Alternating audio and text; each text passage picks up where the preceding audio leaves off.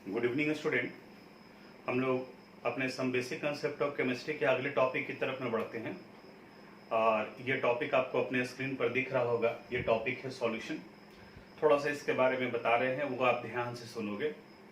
ये solution topic जो आप यहाँ पढ़ रहे हो ये बिल्कुल 12th स्टैंडर्ड में आपका रिपीट होने वाला है, यानी बिल्कुल यही सब कुछ आने वाले जो 4-5 क्लासेस में आप पढ़ोगे बिल्कुल एक एक लाइन 12th स्टैंडर्ड में भी रिपीट होना है। तो अगर इन सारी बातों को आप यहाँ ध्यान में रखते हैं तो 12th में स्टार्टिंग का पोर्शन आपके लिए आसान हो जाएगा। तो इनको आप थोड़ा सा ध्यान से पढ़ोगे। अब हम लोग सॉल्यूशन टॉपिक के स्टार्टिंग वाले पोर्शन पे बढ़ते हैं। फर्स्ट टॉपिक आपको यहाँ स्क्रीन पर दिखाई दे रहा है, इट इज इंट्रोडक्शन। यानी यहाँ हम लोग बात करेंगे कि सॉल्यूशन कहते किसे हैं। सॉल्यूशन का डेफिनेशन है, it is the homogeneous mixture. यहाँ देखो आपको स्क्रीन पर दिखाई दे रहा होगा, it is the homogeneous mixture of solute and solvent. Solution homogeneous mixture को कहा जाता है। It is the homogeneous mixture of solute and solvent. अब सॉल्यूट किसे कहते हैं, होमोजीनियस मिक्सचर क्या हुआ, ये अंडर 10th क्लास में जो कंसेप्ट बना है उसी को फिर से आप रिवाइंड करो। मिक्सचर यानी कि दो या दो से अधिक कंपोनेंट को मिलाते हैं जिसमें सारे कंस्टिट्यूएंट्स अपने प्रॉपर्टीज शो करते हैं, उन्हें मिक्सचर कहा जाता है। अगर ये कंस्टिट्यूएंट्स यूनिफॉर्मली डिस्ट्रीब्यूटेड हों तो उन्हें होमोजीनियस कहा जाता है, और अगर इनमें नॉन यूनिफॉर्म डिस्ट्रीब्यूशन हो तब इसे हेट्रोजीनियस कहा जाता है। तो सॉल्यूशन का जो सबसे पहला इंपॉर्टेंट पॉइंट है वो इसका होमोजीनियस मिक्सचर का होना जरूरी है। अगर मिक्सचर बना और वो होमोजीनियस नहीं है तब उस कंडीशन में उसे हम लोग सॉल्यूशन नहीं कहेंगे। तो पहला पॉइंट हो गया homogeneous mixture of solute and solvent. Solute उन्हें कहा जाता है जो डिसॉल्व होता है, और सॉल्वेंट उसे कहते हैं जो सॉल्यूट को डिसॉल्व करता है। जैसे कि एग्जांपल आप यहां पर देख रहे होगे, शुगर को जब वाटर में डिसॉल्व करते हैं तो शुगर सॉल्यूशन यानी कि शरबत बनता है। अब इसे शरबत बनाने के लिए आप शुगर को डिसॉल्व कर रहे हैं तो शुगर सॉल्यूट हो गया। वाटर में डिसॉल्व कर रहे हैं यानी कि वाटर उस शुगर को डिसॉल्व करता है तो वाटर सॉल्वेंट हो गया। और इन दोनों के मिक्स करने पर जो मिक्सचर बनता है वो होमोजीनियस नेचर का होता है। वहां पर फिर डिसॉल्व होने के बाद में आपको नहीं पता चलेगा कि कहाँ शुगर है और कहाँ वाटर है, यानी कि उसमें कोई विजिबल बाउंड्री नहीं है, वो एक सिंगल फेज की तरह बिहेव कर रहा है, तो उन्हें हम लोग सॉल्यूशन कहते हैं। तो इस जगह पर जो बात बताए हैं वो देखो कैरेक्टरिस्टिक्स में आ गया होमोजीनियस मिक्सचर का। कंपोनेंट में कोई विजिबल बाउंड्री नहीं है, वो सिंगल फेज की तरह बिहेव करता है, यानी कि सॉल्यूशन में सिर्फ एक ही फेज होता है। यानी आप ये नहीं कह सकते हो कि ऊपर में शुगर है नीचे में वाटर है, या नीचे में शुगर है और ऊपर में वाटर है। तो हमें लगता है कि आपको सॉल्यूशन का डेफिनेशन क्लियर हुआ होगा। Solution is the homogeneous mixture of solute and solvent in which solute is dissolved to form the solution and solvent is the component which dissolve the solute in it. Solvent solute को dissolve करता है। एक चीज और देखोगे, physical state. Solvent generally excess amount में present होता है and it decide the physical state of the solution. आप याद करो, शुगर का किस तरीके का फिजिकल स्टेट होता है, शुगर सॉलिड स्टेट में पाया जाता है। वाटर किस स्टेट में होते हैं, लिक्विड स्टेट में होता है। तो सॉल्वेंट उस कंपोनेंट को कहा जाता है which decide the physical state of the solution, जो सॉल्यूशन के फिजिकल स्टेट को डिसाइड करता है। तो चूंकि सॉल्वेंट लिक्विड स्टेट में है तो शुगर सॉल्यूशन भी जो बनेगा वो भी लिक्विड स्टेट में ही होगा। तो एक ये भी क्राइटेरिया हो गया। तो एक दो पॉइंट जो हम लोग ध्यान में रखेंगे कि सॉल्यूट और सॉल्वेंट में क्या है, जो एक्सेस अमाउंट में, जो ज्यादा अमाउंट में प्रेजेंट है उन्हें सॉल्वेंट कहा जाएगा, जो कम अमाउंट में प्रेजेंट है उन्हें सॉल्यूट कहा जाएगा। दूसरा पॉइंट, अगर दोनों कंपोनेंट का अमाउंट सेम है, वॉल्यूम सेम है, तब उसमें डेंसिटी लेते हैं। जब सेम है दोनों का वॉल्यूम तब जिनका डेंसिटी ज्यादा होगा वो सॉल्वेंट और जिनका डेंसिटी कम होगा वो सॉल्यूट के रूप में काम करेगा। एक और कंसेप्ट, आगे हम लोग क्लासिफिकेशन में भी बढ़ेंगे। वाटर अगर प्रेजेंट होता है तो वैसे सॉल्यूशन को एक्वस कहते हैं, और अगर एक कंपोनेंट वाटर है भले ही उनका अमाउंट कम भी है तो सॉल्वेंट में वाटर को ही कंसिडर किया जाता है। तो ये तो इनके इंट्रोडक्शन वाले पार्ट पर आ गया। आगे बढ़ते हैं हम लोग दूसरे टॉपिक पर, क्लासिफिकेशन ऑफ सॉल्यूशन। यानी इस जगह पर सॉल्यूशन को क्लासिफाई किया गया है, और फर्स्ट क्राइटेरिया है on account of number of component. Component यानी कि जिनके मिलाने से सॉल्यूशन का फॉर्मेशन होता है। जैसे अभी प्रीवियस आप एग्जाम्पल को देखो तो वहां पर हम लोग डिस्कस कर रहे थे कि एक शुगर था और दूसरा वाटर, तो यहाँ सिर्फ दो कंपोनेंट हो गए। और वैसे सॉल्यूशन जहां सिर्फ दो कंपोनेंट होते हैं वैसे सॉल्यूशन को बाइनरी सॉल्यूशन कहा जाता है। इस जगह पर आपको ये दिख रहा है, ये बाइनरी सॉल्यूशन। जनरली जो सॉल्यूशन हम लोग को पूरे चैप्टर्स में पढ़ना है वो बाइनरी सॉल्यूशन ही आएगा, जिसमें से एक सॉल्यूट होगा और दूसरा सॉल्वेंट होगा।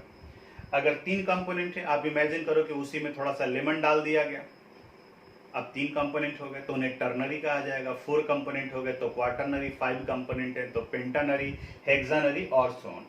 अब यहाँ पर नीचे में देखो नोट में कुछ पॉइंट्स लिखे हुए, इसको ध्यान से देखोगे। If more than 2 components are present in solution then the component which is present in excess amount act as a solvent. दो है तो एक सॉल्यूट और एक सॉल्वेंट। अब दो के अलावा जितना भी कंपोनेंट है तो उसमें से सॉल्वेंट सिर्फ एक ही होगा और बाकी का रेस्ट कंपोनेंट सॉल्यूट के रूप में काम करेगा। कई बार में पूछा हुआ क्वेश्चन है। अब क्या पूछता है ये ध्यान देना। अगर कहता है कि how many components are in hexanary solution, तो अब देखो हेक्सानरी सॉल्यूशन में टोटल 6 कंपोनेंट्स हो गए। अगर क्वेश्चन कहता है कि how many solute and solvent are in hexanary solution, तो सॉल्वेंट सिर्फ एक ही होगा। तो हेक्सानरी के 6 कंपोनेंट्स में से जिनका अमाउंट ज्यादा होगा वो सॉल्वेंट और बाकी की जो रेस्ट 5 कंपोनेंट्स हो गए उन्हें सॉल्यूट कहा जाएगा। तो ये फर्स्ट क्लासिफिकेशन था on account of number of components. ये सॉल्यूशन के क्लासिफिकेशन के बारे में हम लोग बात करें जिसमें क्लासिफाई किया गया है। फर्स्ट क्लासिफिकेशन था on account of number of component. अब सेकंड क्लासिफिकेशन की तरफ में बढ़ते हैं। यहाँ स्क्रीन पर आपको दिखाई दे रहा होगा on account of nature of solvent. Solvent के नेचर के अनुसार से, सॉल्वेंट यानी कि जो सॉल्यूट को डिसॉल्व करता है, और इसके अनुसार से सॉल्यूशन का 2 टाइप होता है, aqueous solution and non aqueous solution. अब इसको थोड़ा सा समझोगे। यहां पर जो एक्वस वर्ड दिख रहा है ये एक्वस वर्ड बना है एक्वा टर्म से, और एक्वा का मतलब होता है वाटर। यानी कि अगर वाटर प्रेजेंट है सॉल्वेंट के फॉर्म में, H2O प्रेजेंट है सॉल्वेंट के फॉर्म में, then the solution is called aqueous solution. और वाटर के अलावा कुछ भी प्रेजेंट हो, XYZ कुछ भी हो, बेंजीन हो, अल्कोहल हो, ईथर हो, कुछ भी हो, तब उन्हें कहा जाएगा नॉन एक्वस। बोर्ड में पूछा हुआ question, what do you mean by aqueous solution? Simple definition, the solution in which water act as a solvent. What is non aqueous solution? The solution in which solvent is other than water. यानी कि जहां पे solvent water के अलावा कुछ भी हो। जैसे एग्जांपल में आप देखो शुगर सॉल्यूशन, अभी हम लोग बात की, शुगर सॉल्यूशन की जगह पर आप साल्ट सॉल्यूशन भी ले सकते हैं। साल्ट सॉल्यूशन को ब्राइन कहा जाता है। एनडीए में पूछा हुआ एक क्वेश्चन है, व्हाट इज ब्राइन? तो brine is the aqueous solution of salt and water. Sodium chloride and water के मिक्सचर को कहा जाता है, होमोजीनियस मिक्सचर को कहा जाता है। तो यहाँ चूंकि वाटर में आप डिसॉल्व कर रहे हैं इसलिए इस सॉल्यूशन को एक्वस सॉल्यूशन कहा जाएगा। वहीं अगर आप साल्ट को किसी दूसरे कंपोनेंट में डिसॉल्व कर रहे हैं तब वहां कहा जाएगा नॉन एक्वस सॉल्यूशन। जैसे एक एग्जांपल यहाँ पर दिए हम लोग, solution of iodine in alcohol. Solution of iodine in alcohol यानी आयोडीन को डिसॉल्व किया गया, लेकिन कहाँ डिसॉल्व किया जा रहा है? अल्कोहल में डिसॉल्व किया जा रहा है। तो अल्कोहल में जब डिसॉल्व किया गया तब इन्हें कहा जाएगा नॉन एक्वस सॉल्यूशन। ये तो डेफिनेशन हो गया। लेकिन कई बार क्वेश्चन में घुमा करके भी पूछा जाता है और वहां आपको थोड़ा सा दिमाग लगाना पड़ेगा। जैसे अगर मान लें कि हम आपसे पूछे कि चीनी को मिल्क में डिसॉल्व कर रहे हैं, तो आप बताओ ये एक्वस होगा या नॉन एक्वस होगा?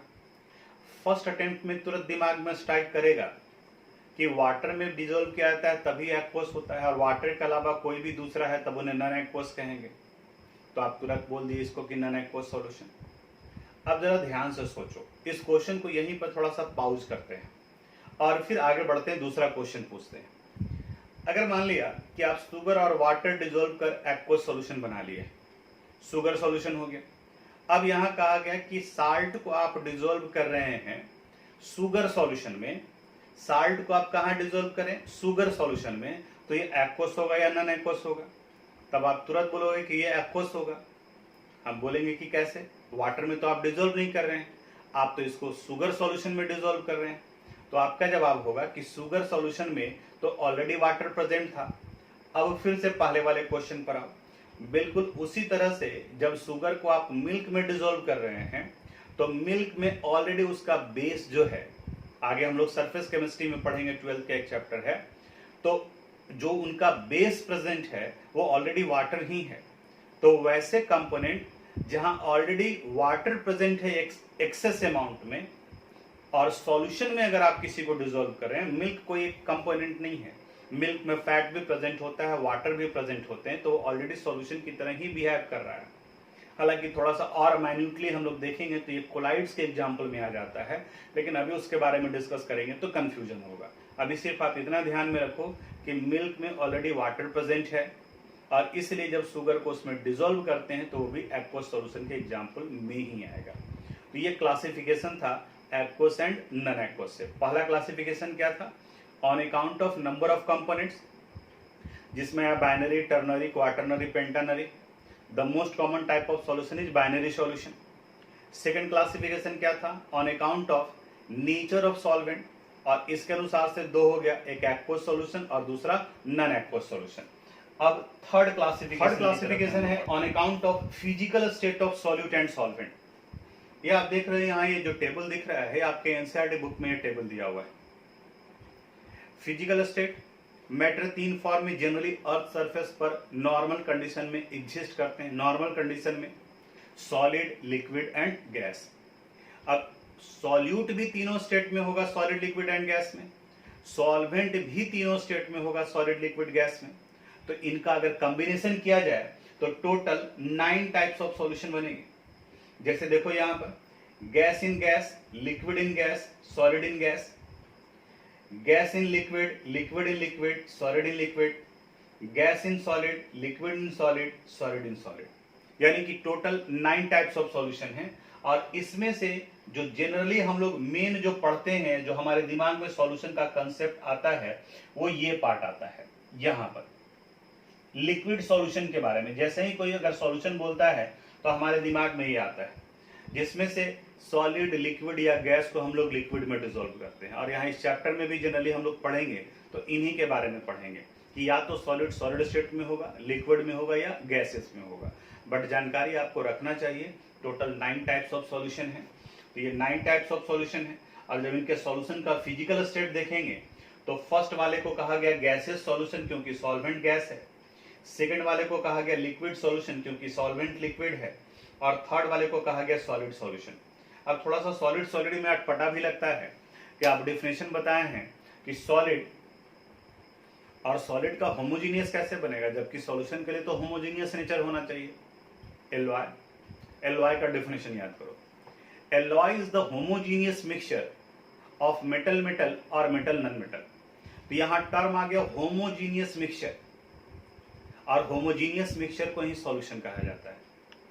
हाँ, ये सॉलिड फॉर्म में नहीं बनाए जाते हैं। एलॉय बनाने के लिए भी मेटल को पहले मेल्ट किया जाता है, क्योंकि जब वो लिक्विड फॉर्म या गैसेस फॉर्म में होंगे तभी एक दूसरे के साथ में यूनिफॉर्मली डिस्ट्रीब्यूट होंगे। बट फिर रूम टेम्परेचर पर वो सॉलिडिफाई ही कर जाते हैं, इसलिए उन्हें सॉलिड सॉल्यूशन कहा जाता है। तो इस तरह से इन सारे को आपको अपने पीडीएफ में दिया भी है, उसको आपको अपनी कॉपी में नोट भी करना है। तो ये एग्जाम्पल में आ जाएगा, और वैसे जो हम लोग जनरली पढ़ेंगे वो लिक्विड इन लिक्विड सॉल्यूशन के एग्जाम्पल में होगा। जैसे अगर आप शुगर को वाटर में डिसॉल्व कर दिए, it is the example of solid in liquid. Alcohol को अगर आपने वाटर में डिसॉल्व कर दिया तो it is the example of liquid in liquid. और जो कोल्ड ड्रिंक्स हम लोग पीते हैं या सोडा वाटर की बात करें हम लोग, इन्हें कार्बोनेटेड ड्रिंक्स कहा जाता है। इसमें कार्बन डाइऑक्साइड गैस को वाटर में डिसॉल्व करते हैं, तो वो एग्जाम्पल हो गया गैस इन लिक्विड का। तो ये थर्ड टाइप्स था, क्लासिफिकेशन था सॉल्यूशन का। आगे बढ़ते हैं हम लोग। अब यहाँ पे स्क्रीन पर फोर्थ दिखाई दे रहा है, on account of amount of dissolved solute, यानी कि कितने सॉल्यूट को आप डिसॉल्व कर रहे हैं उसके अनुसार से सॉल्यूशन का क्लासिफिकेशन। इसे अनसैचुरेटेड एंड सैचुरेटेड सॉल्यूशन कहा जाता है। बिल्कुल एकदम ध्यान से समझना। आप एक गिलास आप पानी लिए, और अब इस एक गिलास पानी में आप 2 चम्मच चीनी डाल करके डिसॉल्व किए, शुगर सॉल्यूशन बन गया। अब इस शुगर सॉल्यूशन को अनसैचुरेटेड भी कर सकते हैं, सैचुरेटेड भी कर सकते हैं। और थोड़ा सा और दिमाग लगाओ, पिछले जो क्लासिफिकेशन पढ़े थे उसके अनुसार से वाटर में शुगर को डिसॉल्व कर रहे हैं, इसका मतलब इसमें दो कंपोनेंट हो गया, इन्हें बाइनरी सॉल्यूशन कहा जाएगा। वाटर में डिसॉल्व कर रहे हैं इसलिए इसे एक्वस सॉल्यूशन कहा जाएगा। अब यहां पर तीसरे वाले पार्ट में कि ये सैचुरेटेड है या अनसैचुरेटेड है, अब इसके लिए क्या करेंगे, फिर इसमें 1 चम्मच चीनी डालेंगे। अगर चीनी डालने के बाद में वो भी डिसॉल्व हो गया, इसका मतलब पहले ये सॉल्यूशन अनसैचुरेटेड था, फिर डालेंगे अगर डिसॉल्व हो गया तो अनसैचुरेटेड। लेकिन एक समय ऐसा आएगा कि अब जब आप डालोगे तो वो डिसॉल्व नहीं करेगा। तो वैसे सॉल्यूशन जो फिर सॉल्यूट ऐड करने पर उसे डिसॉल्व नहीं करता है, वैसे सॉल्यूशन को हम लोग सैचुरेटेड सॉल्यूशन कहते हैं। तो सैचुरेटेड और अनसैचुरेटेड का डिफिनेशन अब आया कहां पे, the solution which can dissolve more solute is called unsaturated, while the solution which cannot dissolve more solute is called saturated solution at that condition। दोनों में at that condition जोड़ना जरूरी है, क्योंकि अगर आप कंडीशन चेंज कर देते हो तो सैचुरेटेड अनसैचुरेटेड में कन्वर्ट कर जाएगा और अनसैचुरेटेड सैचुरेटेड में कन्वर्ट कर जाएगा। जैसे अगर आप कोई शुगर सॉल्यूशन प्रिपेयर कर रहे हैं, बना रहे हैं, 4 चम्मच चीनी ग्लास में डिसॉल्व हुआ, वो डिसॉल्व नहीं हो रहा है, यानी कि अब जो 5वां चम्मच आप डाल रहे हैं वो नीचे बॉटम में बैठ गया, it means the solution become saturated. अब आप क्या करो, उसको थोड़ा सा हीट कर दो। अब जैसे ही आप हीट करेंगे तो जो डिसॉल्व नहीं हो रहा था अब वो भी डिसॉल्व हो जाएगा। इसका मतलब on increasing the temperature A saturated solution become unsaturated. और वहीं अगर कोई ऑलरेडी पहले से अनसैचुरेटेड है और उसको अगर आपने हीट कर दिया तो अब उसमें और ज्यादा डिसॉल्व करने की कैपेसिटी होगी, उन्हें कहा जाता है सुपर अनसैचुरेटेड। नीचे में आप देख रहे होंगे, यहां से आप स्टार्ट करो सैचुरेटेड वाले पोर्शन से। सैचुरेटेड को अगर हीट करते हैं, इस जगह पर हीट का सिंबल छूटा हुआ है, आप यहां पर हीट का ट्रायंगल का सिंबल डाल दोगे अपने नोट्स में भी। सैचुरेटेड को अगर हीट करते हैं तो अनसैचुरेटेड में कन्वर्ट करता है, और अगर अनसैचुरेटेड को हीट करते हैं, इसे हीट करते हैं तो ये सुपर अनसैचुरेटेड में कन्वर्ट करता है। उसी का ठीक उल्टा, जैसे आप 1 गिलास पानी लिए और आपको पता चल गया कि इसमें 4 चम्मच चीनी डालने पर यह सैचुरेटेड होता है। अब देखो कंडीशन क्या करते हैं, हम इसमें 3 चम्मच चीनी डालते हैं। अब आपसे हम पूछेंगे कि बताओ ये सैचुरेटेड होगा या अनसैचुरेटेड। आपका तुरंत दिमाग स्ट्राइक करेगा कि इतने पानी में तो 4 चम्मच डिसॉल्व होता है और अभी 3 ही चम्मच डिसॉल्व किए हैं, इसका मतलब ये हुआ कि ये अभी अनसैचुरेटेड सॉल्यूशन है, इसमें 1 चम्मच और डिसॉल्व हो सकता है। लेकिन अब क्या करो, कंडीशन एक डाल दिए कि इसको आप फ्रिज में डाल दो। अब आप जैसे ही फ्रिज में डालेंगे ये सॉल्यूशन चिल्ड हो गया। अब इसमें जब आप शुगर डालने की कोशिश करेंगे तो वो डिसॉल्व नहीं होगा। इसका मतलब जो सॉल्यूशन पहले अनसैचुरेटेड था उसके टेम्परेचर को अगर आप कम कर देते हैं देन इट बिकम सैचुरेटेड। तो इसी का ठीक उल्टा, जहां सैचुरेटेड को हीट किए तो अनसैचुरेटेड हो गया, इसी जगह पर अगर नीचे में हम लोग जाएं और इस जगह पर इसको हम लोग कूल कर देते हैं, यहां इसे कूल करते हैं, तो अनसैचुरेटेड किस में कन्वर्ट कर जाएगा, सैचुरेटेड में। और सैचुरेटेड को भी अगर हम लोग कूल कर देते हैं, यहां फिर इसको हम लोग कूल कर दिए, तब ये कन्वर्ट कर जाएगा सुपर सैचुरेटेड में। यानी ऊपर वाले पार्ट में हीट करते जाओ तो इसमें कन्वर्ट कर जाएगा, और नीचे वाले पार्ट में इनको अगर हम लोग कूल करते हैं तब इस कंडीशन में, कोल्ड कंडीशन में, ये रिवर्स कंडीशन में आते हैं, सुपर सैचुरेटेड। सुपर सैचुरेटेड का एक एग्जाम्पल बताते हैं आपको, चाशनी। आप देखते हो कि हलवाई जो मिठाई बनाता है तो वो चीनी डालता है पानी में, लेकिन वो गर्म करता है। लॉजिक क्या है उसके पीछे में, रीजन क्या है? जब वो गर्म कर रहा होता है तो उस वक्त में अब उसमें और ज्यादा शुगर को डिसॉल्व करने की कैपेसिटी है। रीजन 12th स्टैंडर्ड में आगे जब हम लोग सॉल्युबिलिटी टॉपिक पढ़ेंगे तो उस जगह पर इसका एक्सप्लेनेशन मिलेगा। वहां पर कई फैक्टर्स हैं, रॉल्स लॉ है, हेनरीज लॉ है, प्रेशर है, सॉल्युबिलिटी है, उसके बारे में बात करेंगे। ली चैटरलियस प्रिंसिपल से रिलेट किया जाता है। फिलहाल अभी इतना ही ये ध्यान में रखो कि हाँ ये फेनोमेनन होता है और इसकी वजह से टेम्परेचर जब बढ़ाते हैं तो और ज्यादा शुगर को डिसॉल्व करने की, और ज्यादा सॉल्यूट डिसॉल्व करने की टेंडेंसी आती है, जिन्हें हम लोग, जिसकी वजह से ये अनसैचुरेटेड हो जाता है। और फिर जैसे रूम टेम्परेचर पे छोड़ते हैं तो चूंकि आप कंडीशन चेंज करके इसमें डिसॉल्व किए हैं, इसलिए अब सैचुरेटेड से ज्यादा हो गया है, इन्हें सुपर सैचुरेटेड कहा जाता है। इस सुपर सैचुरेटेड से रिलेटेड एक कॉम्पिटिटिव एग्जामिनेशन में क्वेश्चन पूछा गया है। यहां कहा गया कि जब आप सैचुरेटेड में सॉल्यूट ऐड किए तब ये सुपर सैचुरेटेड में कन्वर्ट कर गया। अब अगर सुपर सैचुरेटेड में डालेंगे तो क्या होगा, यहां प्रेसिपिटेशन स्टार्ट हो जाएगा, यहां रिक्रिस्टलाइजेशन स्टार्ट होगा। तो कॉम्पिटिटिव एग्जामिनेशन का क्वेश्चन था, what happen if more solute is added in super saturated solution. मिश्री देखे होंगे आप, तो मिश्री इसी कंसेप्ट से बनाया जाता है और 12th स्टैंडर्ड में प्रैक्टिकल है, कॉपर सल्फेट और फेरस सल्फेट का क्रिस्टल बनाना है +2 लेवल में, तो वहां पर भी इसी प्रोसेस का यूज करते हैं। सुपर सैचुरेटेड सॉल्यूशन बनाते हैं और उसमें फ्रेशली प्रिपेयर्ड थोड़ा सा और सॉल्यूट डाल देते हैं, तो जो डिजॉल्व्ड पार्ट है उसमें वो क्रिस्टलाइज आउट हो जाता है, नीचे बॉटम में बैठने लगता है, एनीलिंग प्रोसेस कहा जाता है। तो ये ध्यान में रखना होगा आपको, ये किस तरीके से होता है। तो ये इसके थ्योरेटिकल वाले पार्ट पर हम लोग डिस्कस किए, यानी कि इनके क्लासिफिकेशन से रिलेटेड। अब इसके बाद में इनके कंसंट्रेशन से रिलेटेड बात करना है। अब कंसंट्रेशन क्या है उसको देखते हैं हम लोग थोड़ा सा। अब यहां देखो, ये स्क्रीन पर आपको दिखाई दे रहा होगा कंसंट्रेशन ऑफ सॉल्यूशन। सवाल उठता है कंसंट्रेशन क्या है। इसका डेफिनेशन आता है, the amount of solute that can be present in given amount of solution is called concentration of the solution.